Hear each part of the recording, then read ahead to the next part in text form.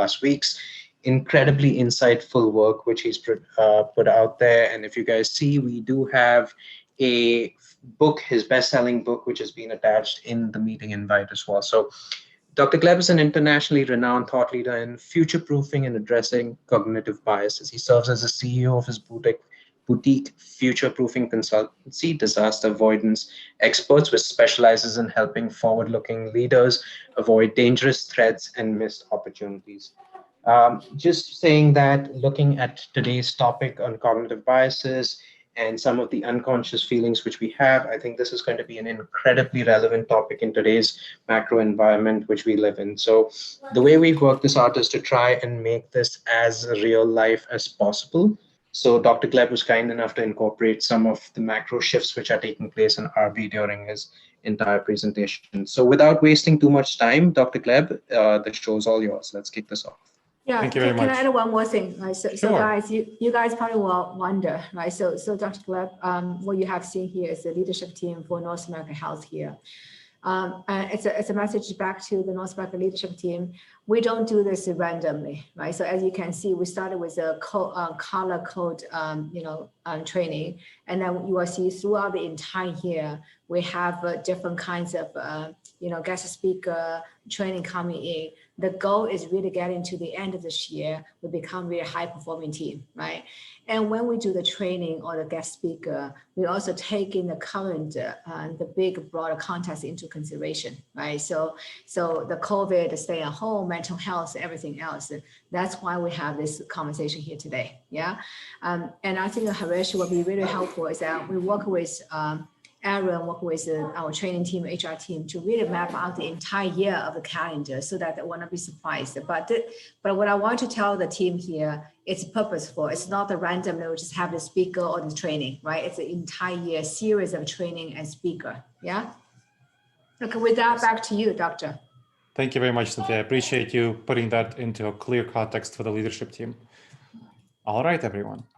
So let's, everyone, can you please mute yourself unless you need to ask a question, clarifying question. I'll be happy to pause for a clarifying question if something's not understood, but there will be also points for Q&As later. So let's talk about how to recognize unconscious bias. We'll talk about what emotional and social intelligence is later for the presentation, but I want to start by giving the broader context. So Cynthia was already kind enough to talk about how the trainings are part of a broader context. And I want to focus specifically on this training and how it's part of a broader context that RB is working on in its diversity inclusion efforts. So of course, the whole focus of the RB diversity inclusion efforts comes from the compass, especially its central point, doing the right thing always. And that means part of doing the right thing is effective diversity and inclusion, with diversity being people who are invited to the party, and inclusion, as the phrase goes, being people being invited to dance after they come to the party. So this covers the whole of diversity inclusion. And the background of RB's diversity inclusion efforts has been really meaningful recently. So for example, there's been a very strong focus on women empowerment. So in 2019, women held 26% of senior management positions globally. And that was up from 2016 when it was 20%. The aspiration is to, in 2022, to get to 40% of positions globally for senior management positions. Now, the executive level, the kind of level that Cynthia Chen holds, there's 11% in 2019 are held by women. And certainly it would be great for that number of senior executive positions to also be doubled by 2022.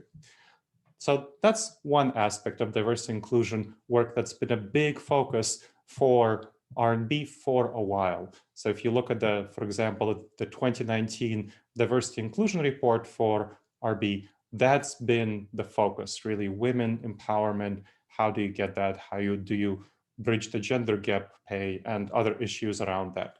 Now, more recently, there's been a broadening of diversity inclusion in RB, specifically informed by Black Lives Matter, the protest this summer, that has informed a broader conversation.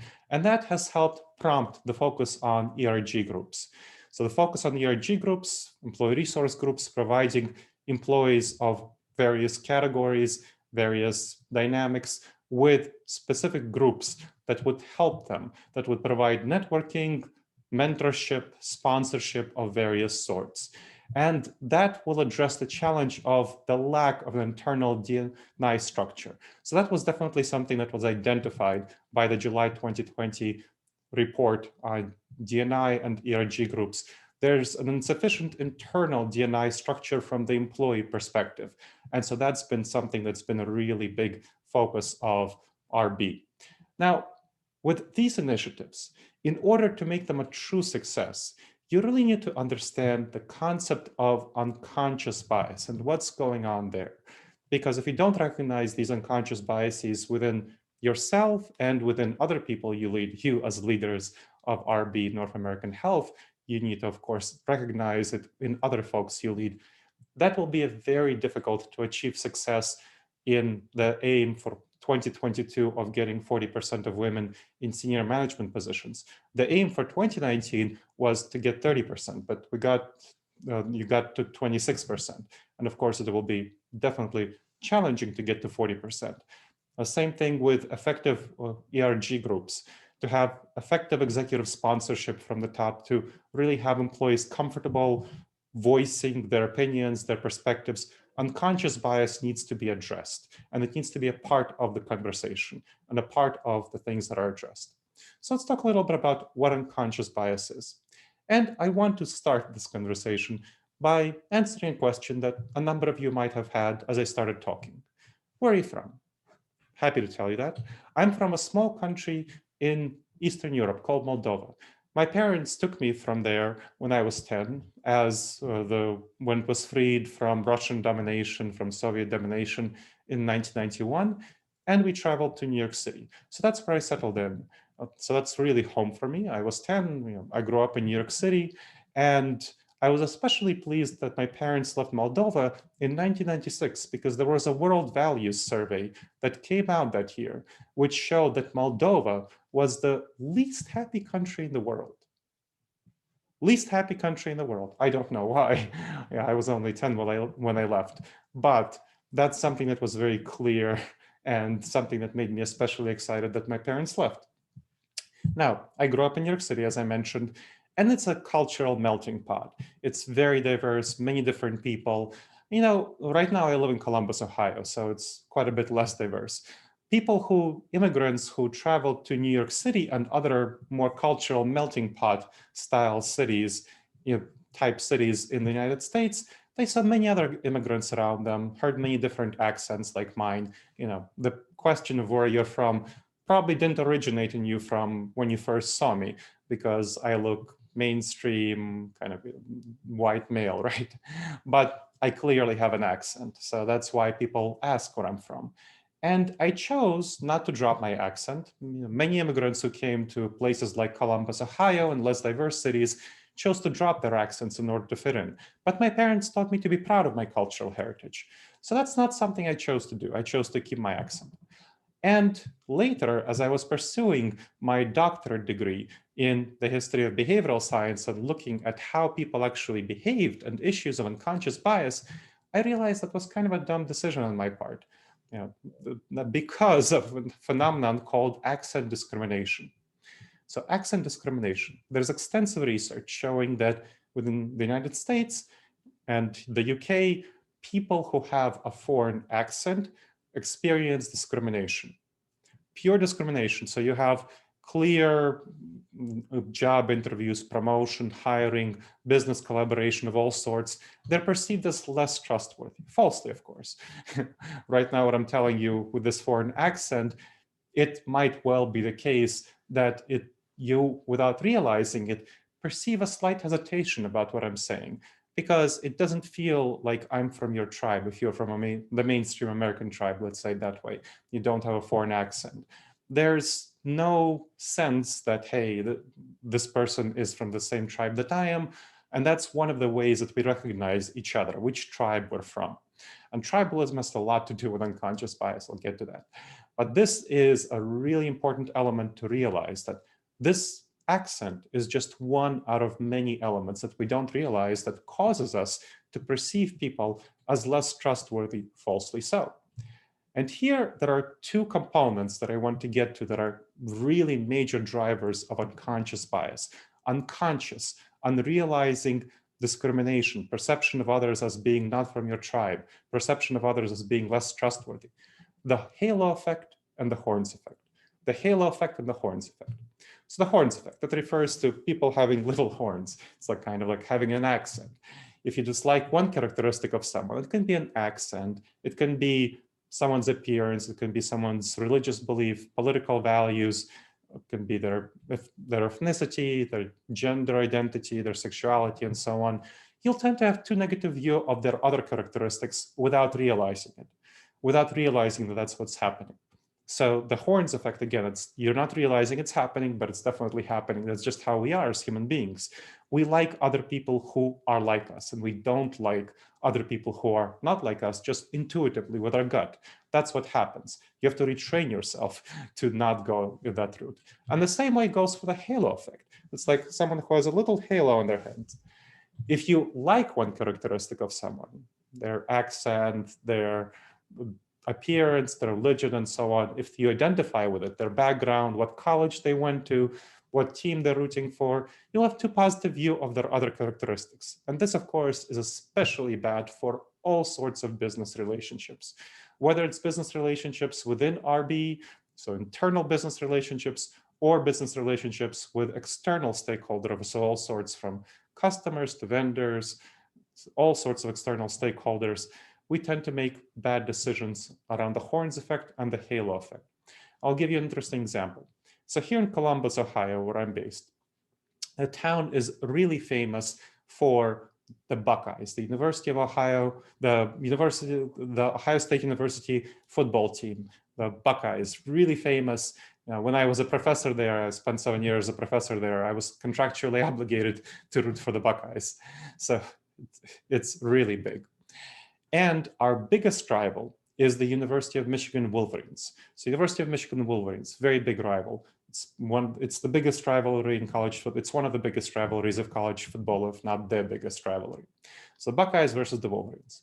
So I was giving a presentation in 2018 to a regional conference of HR professionals on diversity and inclusion.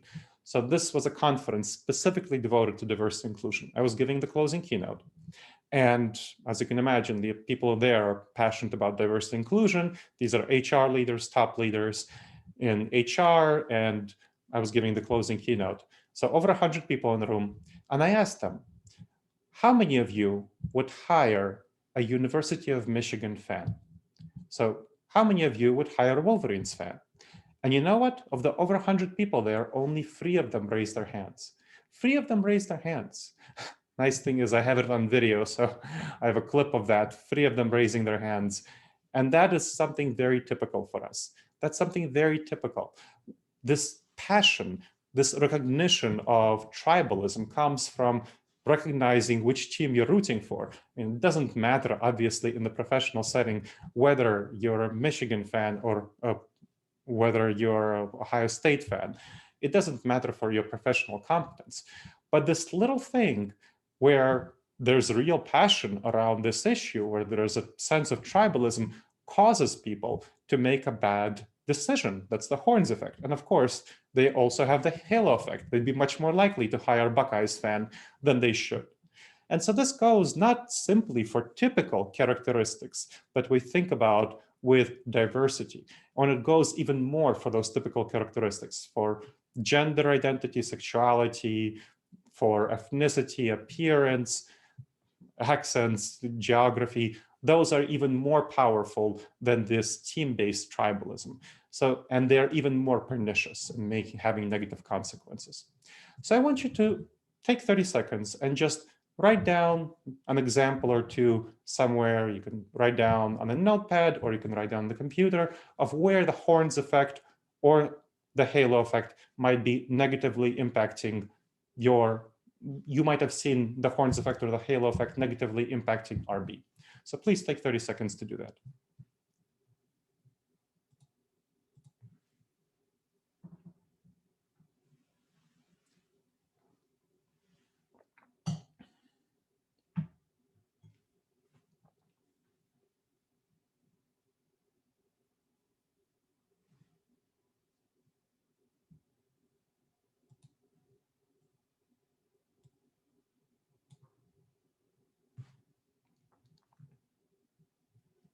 All right, so now we'll do another activity, interactive activity. This will be more interactive. This is a poll. So you've hopefully done Zoom polling. If not, you'll just see a poll pop up on your screen and you'll be immediately able to answer. So do you think, given this information, it will be valuable for you as RB and A health leaders to focus on taking active steps to address the halo effect and the horns effect? Please vote. Go ahead and vote.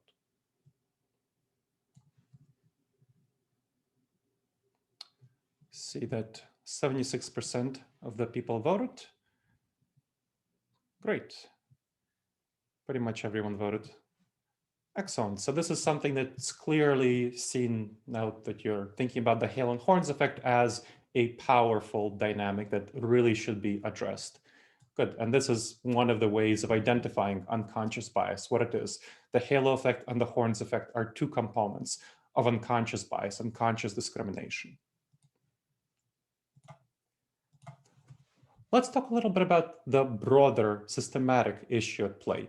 Why do we make such bad decisions around people? What goes on? What causes this unconscious bias? It all has to do with our intuition, with our gut reactions, with who we're comfortable around, with what we're comfortable with. Now, you might have heard from prominent gurus telling you to go with your gut, trust your heart, follow your intuitions. You know, that's a very, very common message of gurus. You know, Tony Robbins tells you to be primal, be savage, something like that. And Malcolm Gladwell's book tells you to blink and follow your heart. These are messages that are very common. They're omnipresent in our world, in our business environment, but they're very damaging because it feels very comfortable to do so. You know, people tell you to do what feels good to you, and that's why Tony Robbins and Malcolm Gladwell make so much money and sell so many books, because they tell you to do what's already comfortable to you. Unfortunately, that often leads to disastrous decisions around people, because our gut reactions are actually not evolved for the modern environment. They're evolved for the ancient savannah, not the modern world. That's what our intuition, that's what our heart, whatever our emotions are evolved for. That's what they're for. They're not evolved for the modern world. Now think about it. The modern world has really been around since the 1990s with the advent of the internet, when we can connect like this, right? And we, in the modern world, work in complex, multipolar organizations. I mean, RB spans literally the whole world. And it's not the kind of environment that you would find in the ancient world, in the savannah environment. Now, our intuitions are evolved for that savannah environment. When we lived in small tribes of 15 people to 150 people, we were hunters, gatherers, and foragers. That's what we're evolved for. That's what our intuitions tell us is the right thing to do. In that environment, being tribal was definitely the right decision. If you weren't sufficiently tribal, if you weren't loyal to your tribe, if you didn't exhibit the halo effect toward people with whom you shared characteristics, which is what tribalism is about, if you didn't exhibit that halo effect sufficiently strongly, you'd be kicked out of your tribe and you'd die. And you notice you're the descendants of those people who didn't die.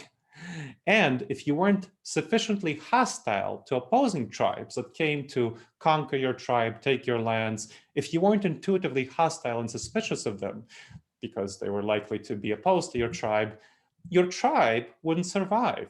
It would be conquered, it would be destroyed, and you'd die. You notice again, we're the descendants of those who didn't die. And you'll notice the horns effect is that aspect of hostility toward people with whom we don't share those characteristics, with whom we don't perceive as members of our tribe.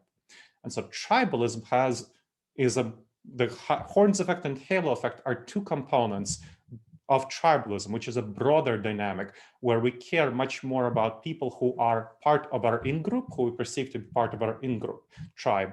And we intuitively dislike and oppose people who don't perceive to be part of our tribe. And that is at the root of unconscious bias. That's really what unconscious bias is about. And unconscious bias is part of a whole series of dangerous judgment errors that we make as human beings. So Harish talked about this as cognitive biases. That's what they're called. That's what scholars in behavioral economics, cognitive neuroscience, psychology call these dangerous judgment errors. And I come from behavioral science. So this is my area of expertise, behavioral science. I've spent 15 years in academia researching these topics, and I was also spent 20 years as a consultant, coach, and trainer. So moonlighting some of that time as an academic, obviously. So I'm not that old. So that is where my expertise lies, addressing cognitive biases, addressing these dangerous judgment errors to future-proof your organizations and help you make the best decisions. They come from a combination of our evolutionary background, what I mentioned about that savanna environment, and the wiring of our brains, the structure of our brains.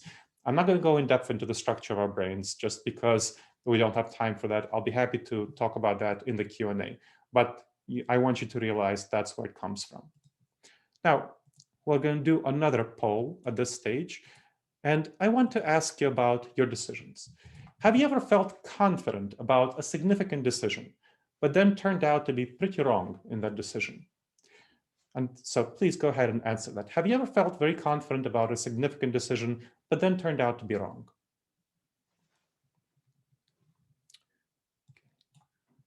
See, 8, okay, good, 92%, yes, so we got people voting, excellent. Yeah, so this is a common experience, and everyone here clearly has had that experience. And that experience, you will intuitively notice that that's a very uncomfortable experience. It goes against your intuitions. You don't want to feel wrong. You don't want to feel that you are making bad decisions. But everyone here in this virtual space has had that experience. And that's the experience of these dangerous judgment errors, these cognitive biases coming into play and causing us to make some pretty bad decisions. Now, let's talk a little bit about another cognitive bias, and that relates to the colors exercise you did. So how we think, the kind of thought processes we have, because unconscious bias doesn't only have to do with our appearance or our accents. It also has to do with our cognition and the way different people have different personality traits that cause us to perceive them in a pretty negative light. Optimism bias and pessimism bias. So optimism bias, that describes people who are opportunity oriented, who are entrepreneurial, who are creative, but they're too risk blind. I mean, that definitely describes me. I'm very entrepreneurial. So I run a 6-people company called Disaster Avoidance Experts, which Harish mentioned. And in order to decide, I decided 3 years ago to leave academia and focus on this full time. Previously, I was moonlighting as an academic for all the 15 years I was in academia. Then I decided to leave it, to found my own company. That's a pretty risky move. It takes about half of all startups fail within the first 5 years, and about 3/4 fail within the first 15. And I know that. I come into this with my eyes open. So you'll see that people who are entrepreneurial or opportunity-oriented, creative, they tend to be too risk blind. And I know that that's definitely a part of what I am. I'm definitely too risk blind. I have to have people on my team who have the pessimism bias. And these people are not so creative. They focus on managing and addressing threats. They focus on stabilizing and they focus on improving, but they're too risk averse. So you'll often find that optimists and pessimists butt head, where optimists like me have a lot of creative ideas. They're entrepreneurial, they're idea oriented. People who rise to the higher positions in organizations, in operations roles and leadership roles, they tend to be more optimistic. People who are more in financial roles and risk management roles, they tend to be more pessimistic. And again, that's people who rise to leadership positions. And the same thing in general for people who are in organizations, but also the same thing on teams. People who are optimistic, you'll hear them generating ideas. They'll, I'm the kind of person who has 20 ideas before breakfast and I think they're all brilliant, but that is not the case. I have learned to my bitter experience that they're not all brilliant.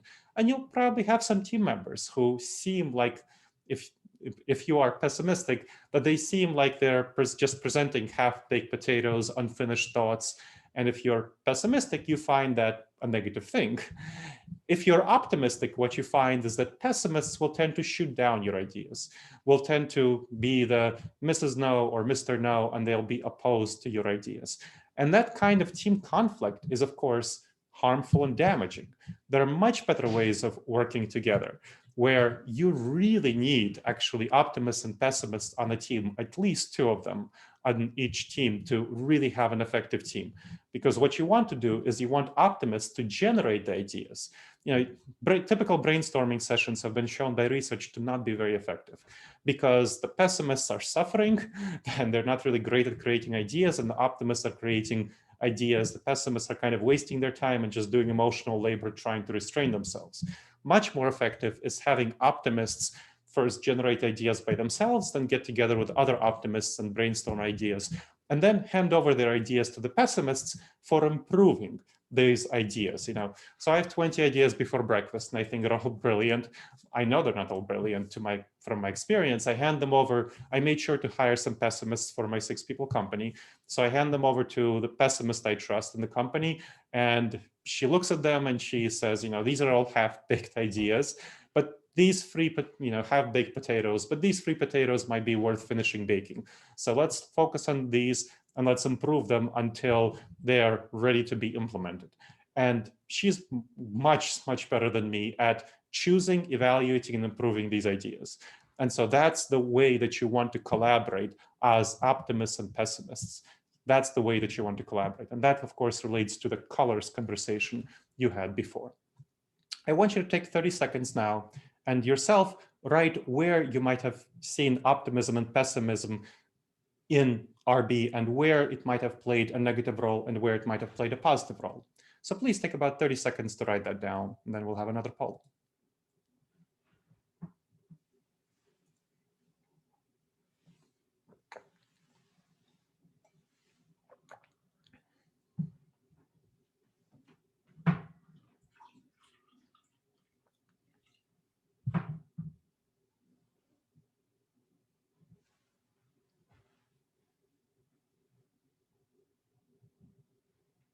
By the way, if you have questions as we're going along and you want to make sure that you don't forget the question, you can always type it into the chat and I'll answer it either during a poll when we have a break or at the end of the conversation. So just FYI. And of course, we'll have a Q&A at the end of the conversation as well, more broadly. But I just want to let you know that you should feel free to do that.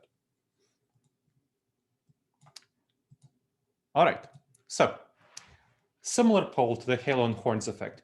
Do you think it would be valuable for you as RBNA health leaders to focus on taking active steps to address the negative consequences of the optimism bias and the pessimism bias to make sure that optimists and pessimists can collaborate together effectively?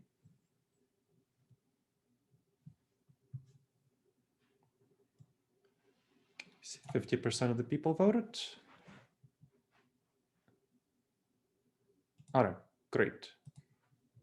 So almost everyone thinks, so over 90% of you think that it would be valuable. So under 10% of you think that it would not be valuable. So great. So for those who think it would be valuable, that's something for you to think about doing on your team. If you don't think it would be valuable for you and your team, perhaps your team is already well balanced and optimists and pessimists and they're collaborating effectively. But we see that the large majority of you are in a situation where you see that there can be improvements made to these collaborations. And of course, you want to understand that this is a component of unconscious bias, where optimists have a lot of unconscious bias on realizing that toward pessimists have it toward optimists, and optimists tend to get together. I'm intuitively much prefer to hire optimists for my company and get optimists on my team when I collaborate, when I do consulting projects and so on. This is something that is, unfortunately for me, a bad idea. I click with optimists, I work with them well, we reinforce each other's ideas, but think about what would happen if I had all optimists on my team. Then we'd have 6 people, 120 ideas before breakfast. We'd just be reinforcing each other's ideas. We'd think they're all brilliant, and we'd be running in 120 different directions. And that's why startups would tend to often fail within the first 5 years. Don't want to do that. The same thing, of course, applies to you as leaders at RB. that your team, if you just had optimists, would fail. And the same thing for pessimists. You wouldn't have enough ideas. You want to make sure they combine together well. So I make sure to overcome that intuitive dislike, that intuitive horns effect I have toward pessimists, and make sure to hire them and treat them very well. And again, overcoming that intuitive impulse and making sure to overcome this unconscious bias that I have toward pessimists, that I have to acknowledge and overcome in order to work with them effectively and value them appropriately. Janice, before we go on, Janice asks, for the halo and horns effect, can that develop at any time, or is that usually established only during a first impression? It definitely can come at any time if you discover some characteristic of someone that you dislike, that is not similar to you. You know, you might not know upon meeting someone whether they're a Michigan fan or a Buckeyes fan, but once you find that out, that's going to be something that's a dynamic. You might not know somebody's political beliefs or religious values. There are some things that are obvious from their appearance, but many things aren't. So the halo effect and horns effect can develop at any time that you find out certain information about them.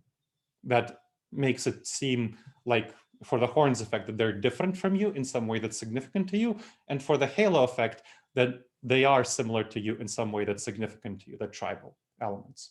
Thank you for the question. All right. Let's talk a little bit about about how we overcome unconscious bias. So I already talked a little bit about that experience that you have to do to overcome unconscious bias within yourself, recognize it, understand it, that there's damaging elements about it. And you need to learn about your intuitions, what your intuitions are, what your gut reactions are. You need to learn about them and learn where and how you need to go against your intuitions.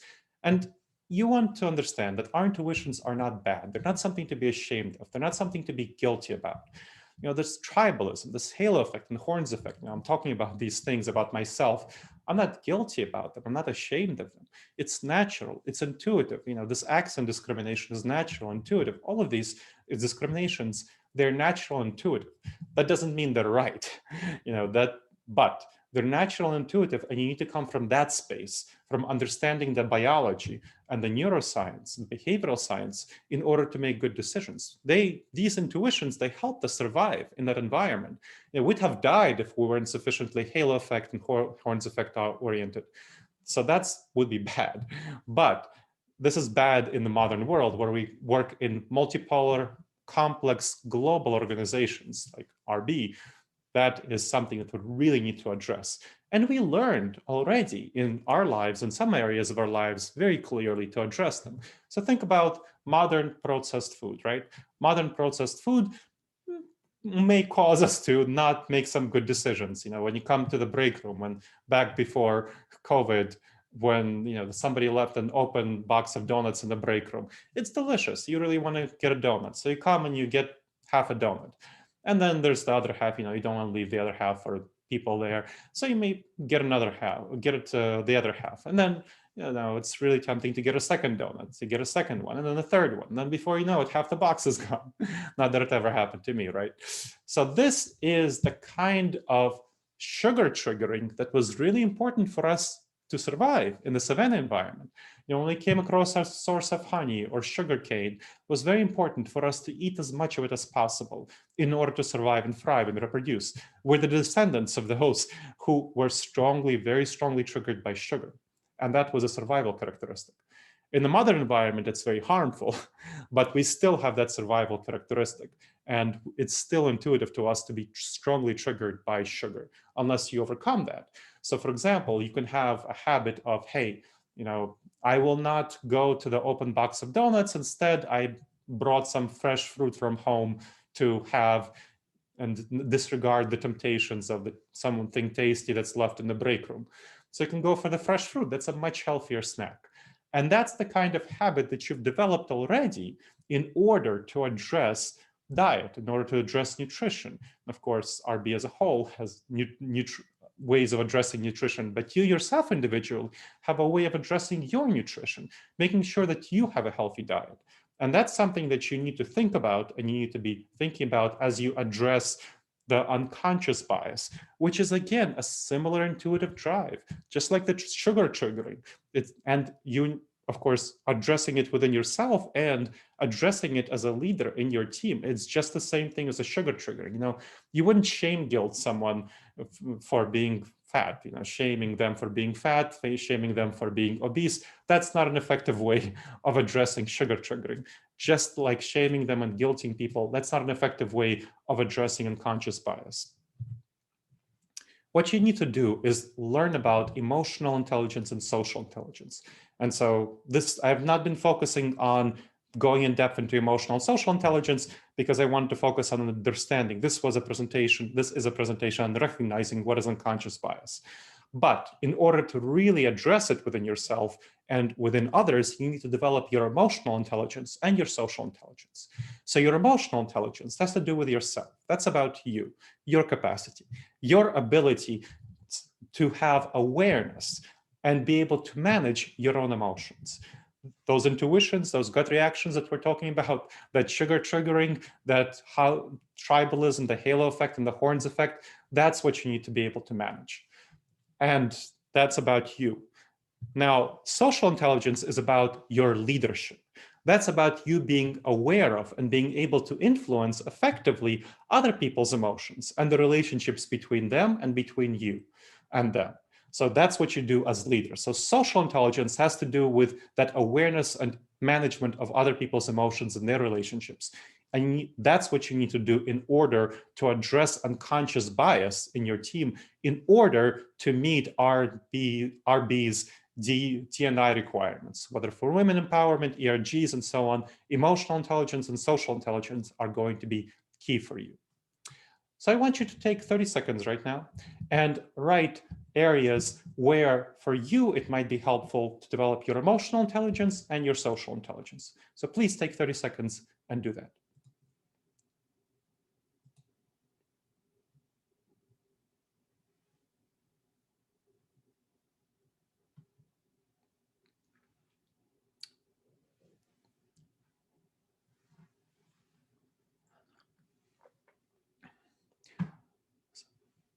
In the meantime, while you're writing that down, Alicia asks, are there features that cause, so she's loving the content so far, so great, so thank you very much. Are there features that cause stronger or less or weaker biases, accent, ethnicity, gender, political orientation? That really depends on you and what you perceive to be part of your tribe. For some people, they, for example, identify much more with a political group than an ethnic group. Some people identify much more with their gender identity than with their accent, their ethnicity, their geographical background. Some people identify much more with the college they went to, and that's kind of a highlight of their life, the college they went to and their college experience, and they identify with that more than with anything else. So that really depends on what you personally identify with most, or what the people who you are communicating with and who you're trying to influence identify with most. So it really depends. That's an individual question. And that, of course, and that's something to think about as the ERG groups are being formed. I already know that there are the 4 ERG groups that are currently being formed, but there might be others that would benefit from being formed based on other dynamics. John, in the meantime, well, before getting to John's question, I'm going to run the poll for emotional intelligence and social intelligence. And then I'll get to John's question. So do you, as an RB health leader, plan to focus on active steps to build up your emotional intelligence and or your social intelligence? So you can say both your emotional intelligence and social intelligence, your emotional intelligence, social intelligence, but not emotional intelligence, but not social intelligence, or neither of those. And again, these are all anonymous polls, so just so you know. So whatever you answer, it's all anonymous. So please go ahead. And while you're voting, I'll say that, so John says he tends to have an optimism bias. How do you best discern between pessimism and someone who's just being negative abrasive? You want to see if they're always risk averse or if they're only risk averse in certain situations. If they're always risk averse, they're just being that's a part of their personality, and that's just who they are. If they are just being in certain specific situations, they might be, protecting their territory or something like that, or just something, playing politics. All right, I'm gonna end the polling now. So take a look at the results. So everyone sees that it would be valuable to develop. Oh, Harish says he's unable to submit for some reason. Harish, type your answer in the chat. In the meantime, everyone else would indicate that they want to develop both their emotional intelligence and social intelligence. Great. And we can talk about that later. The book that you will get, that you should have, is about developing your emotional and social intelligence. And we can talk about other ways of doing so. Now, I want to conclude with an assessment. This is an assessment on dangerous judgment errors in the workplace, about the unconscious bias and other cognitive biases. It focuses on the 30 most dangerous judgment errors in professional settings of all sorts, evaluates their extent and their impact in your workplace, in RB, and provides you with the next steps for addressing them. I'm going to share my screen now so you can see the assessment. You should be able to see the assessment on my screen right now. So this is the assessment, just description of it. So these are the directions. Each of the questions refers to a problem that might occur in everyday professional situations. And your goal is to indicate how often it occurred in your workplace in RB, probably your team as your leader, in the past year. The answer to each question will be in percentage terms. So of all the possible times that it might have occurred, what is the actual percentage of when it occurred? So again, you might want to focus it on a specific organizational department, team, group, whatever. Don't overthink it. Each question should take you 15, 20 seconds, 10 seconds. So let's start with question 6. When a potential or current employee was evaluated, in what percent of the situations was the evaluation too positive due to factors not relevant to their job competency or organizational fit? When was the evaluation too positive? And to answer that, I'm going to launch a polling. So how often did you see that? You'll have 10 options from, please go ahead. What percentage of the situations was the evaluation too positive?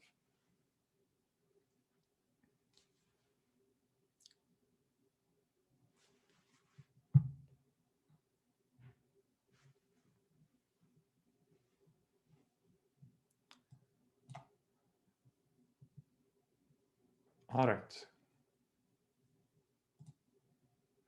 So Harish was again unable to submit for some reason. Oh, Harish, type your answer into the chat if you would. Great, thank you. So we see an interesting variety in the answers. There's 20% of you say that this is pretty much no problem. That the next 20% of you say that this is a moderate problem. When it begins to get over 20%, it begins to get into more of a serious problem, because if you have more than 20% of situations where it's something that the evaluation was too positive due to factors not relevant to their job competency, that begins to be a serious problem. And that shows the importance of initiatives that RB is taking for diversity inclusion. And we see that for 30% of you, it's definitely in that 21 to 30% range. But for Harish, it's not shown. Harish was one of the people who answered that it's 41 to 50%. So this should be a 20% number. And 2 of you answered 61 to 70%. So I think one of the things that we're not going to get to here, but one of the things for you to discuss as a group, as a consequence of this presentation, is where you've seen this halo effect, because this is about the halo effect, of course. So where you have seen this halo effect, and what kind of steps can you take to address this halo effect? Clearly, it's an issue in RB, and that's one of the ways that you can tell that it's an issue. Now, so Dr. Gleb, this is Harish. Just one question. So just so that the team is aware, you can tell them about this assessment being available to them to complete? Yes, that's right. So the assessment, we'll send you the assessment after the presentation so that you can take it with your team You can either take it as a leadership team, with everyone who is on the call, and or have your whole team take it. And that's going to be your decision. Now, I want to make sure that you understand that unconscious bias doesn't only have to do with that. Cognitive biases doesn't only have to do with discrimination with unconscious bias. There are lots of other problems that this assessment can identify. For example, of all significant decisions, in what % of cases was someone overconfident about the decision? So let's make it this simply about people decisions. In what % of cases was someone overconfident about a people decision? Please go ahead.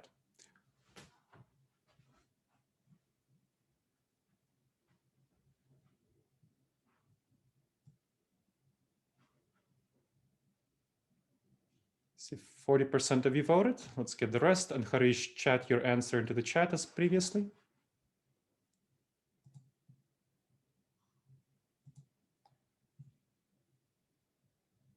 Okay, need a couple more people who have not yet responded. We have, I think, 2 more people who can respond. So please go ahead and respond.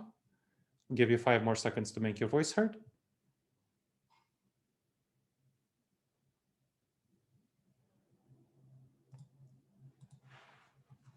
All right, so again, so we see again a diversity. So Harish would put 21 for, so 11 for 20%, which indicates that it's a moderate problem, not too bad for 33% of you, but that means 66% of you see this as a significant problem. So if it's going over 20%, it's definitely a significant problem where there's overconfidence around people decisions.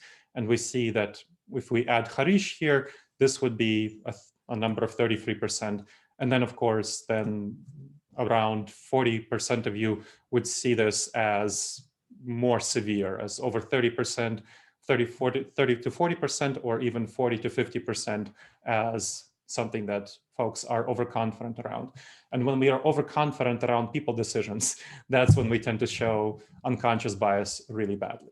So these are examples of the kind of things that you would get from the assessment. And the assessment, you'll get the assessment and you can take it. There are going to be 30 questions like this. All right. So this is the presentation, and I want you to now take a poll on the value of the assessment. So you've seen the assessment. Do you think it will be valuable for you as RB&A health leaders and your teams to take the assessment and address any dangerous judgment errors it uncovers? So Harish says yes. Other folks, please go ahead. 2 more people to vote, 1 more person to vote. Give you 5 more seconds.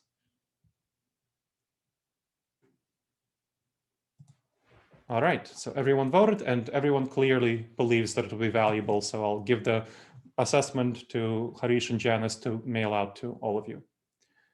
All right, everyone. So I will be happy to take any questions at this stage. You can use the chat feature if you prefer that, if you're in a loud environment, or you can unmute yourself, whatever works for you.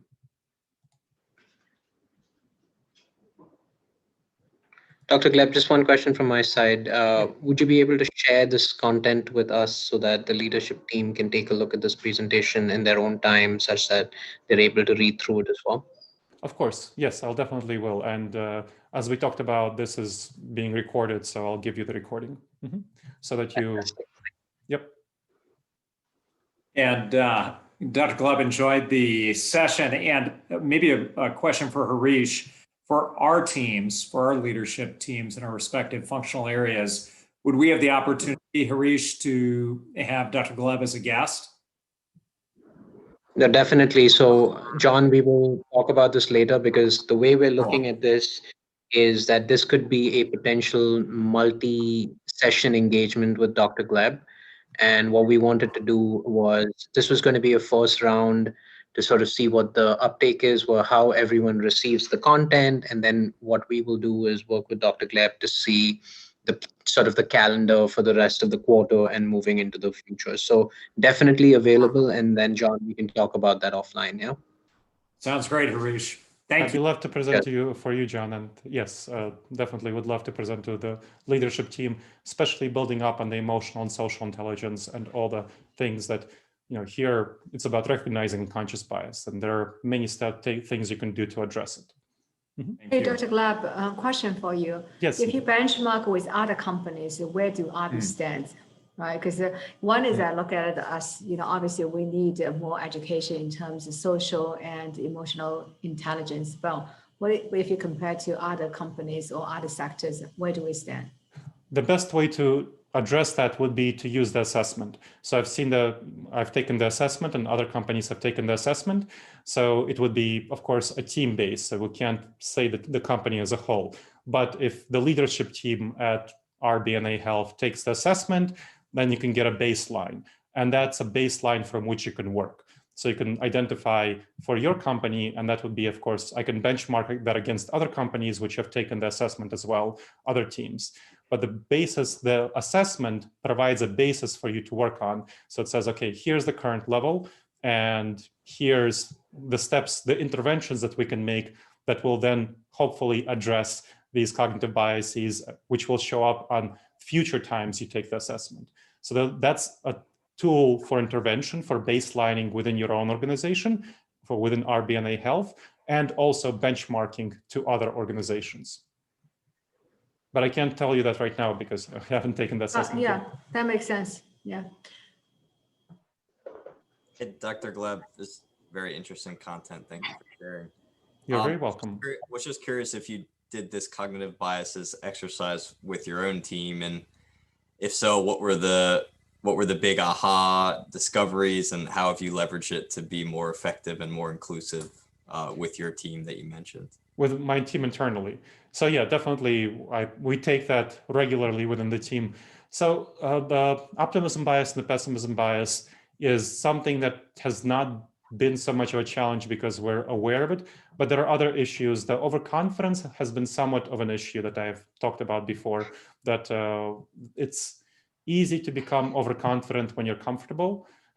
And that's definitely an issue. Then there are some other cognitive biases that have been issues. So for example, one of the ones that has been an issue is called sunken costs. Sunken costs is when you tend to invest resources. After you invest resources into a project, you become emotionally attached to it. And it becomes hard to recognize when you're wrong and when you need to cut your losses and pivot.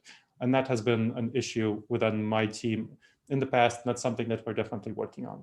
But thank you for that question. Thank you.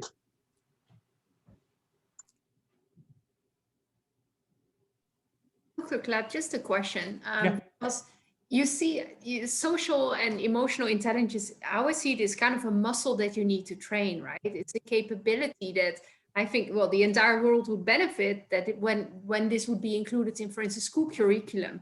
Yes, it would be lovely. It would be lovely if it was included in the school curriculum. It's a muscle in the same way that training yourself to choose to eat fruit instead of eating donuts is a muscle. So it's not a muscle, it's essentially retraining your habits. It's developing different habits and skill sets. It's like, let's say, public speaking. It's not something that's comfortable. It's not something that is intuitive, but if you train yourself to do it, and as leaders, all of you have to do it, that becomes much easier. So it's about retraining your intuitive and natural habits to develop certain skill sets. So emotional intelligence is a skill set, and social intelligence is a skill set. And within each of those, there are sub-skills. So for example, within emotional intelligence, there's awareness of your emotions. And there's a lot of ways you can get awareness of your emotions, from introspection to meditation and so on. And of course, management of your emotions. There's a lot of ways to do that. Same thing with social intelligence, being aware of other people and their emotions, and then being able to influence them. Those are all separate and distinct skill sets. And there's sub-skills within each of those that can be addressed. Yeah, absolutely. Hey, Dr. Gleb, thank you very much for what you've put together so far. You're welcome. Appreciate it.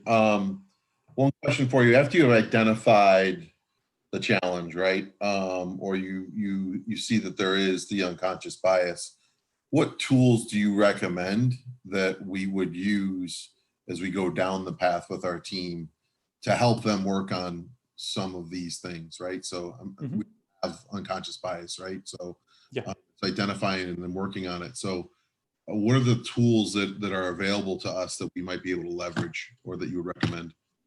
Some of the tools I'll go in more depth into future presentations. But for now, what I would recommend that you do is develop a benchmark. Okay. What gets measured gets managed. This is an accurate phrase. So you want to use the assessment to develop that benchmark. What is the current level of various issues, challenges within your team? We took let's say the halo effect. So that was something that's the question 6, right? Some folks put down that it wasn't an issue for their team, and some people put down that it's a serious issue for their team, and others are in the middle. So you want to identify, and you shouldn't only rely on your assessment. You want your whole team to take it, then discuss the results with your team members and say, okay, why did you believe this? Why did you put that? So that you establish that baseline, you evaluate it, and over time, as people become aware of it and become aware that this is an issue that needs to be worked on, they will, of course, start working on it themselves. They'll be recognizing that, they'll be aware of it, and they'll be making their own interventions. And then you can take the assessment and see what's being done. And of course, in future sessions, I'll get into more depth on tools to address these issues. But one of the things I want to make sure to be very clear about is that you don't want to use shame and guilt as a tool. It just doesn't work well. And the first generation of diversity inclusion practitioners, the traditional, let me say this, the traditional D&I approach is to use shame and guilt and kind of negativity, criticism, legal liability, and so on. And that has been shown to be counterproductive. So you don't want to use that, shame and guilt. You want to use awareness and identify the damage that this does to the team, to the organization, say it's all natural, but it's something that we have to overcome for the sake of the community, for the sake of having an effective team, for the sake of RB's future. So talking about that in communal sense, collective sense. So measuring, no shame and guilt, measuring and managing, and then we'll talk about other interventions in future presentations that are more in-depth interventions. Cool, thanks. You're welcome, Sam. I think we're running to the end. I would say on behalf of the leadership team, Dr. Gleb, thank you for coming on and give us this really, really interesting content. I think that as a team, it's not only a North American leadership team, but broader team. And to John, your point is that we can all benefit from building the social and emotional intelligence. We just need to figure out what's the next step. So Harish and Janice can help working with the leadership team to figure out is how broad and what also the timeline to make that happen. Yeah. But thank you, Dr. Gleb. So this is really timely, especially in the context that everybody's working from home, right? So appreciate all the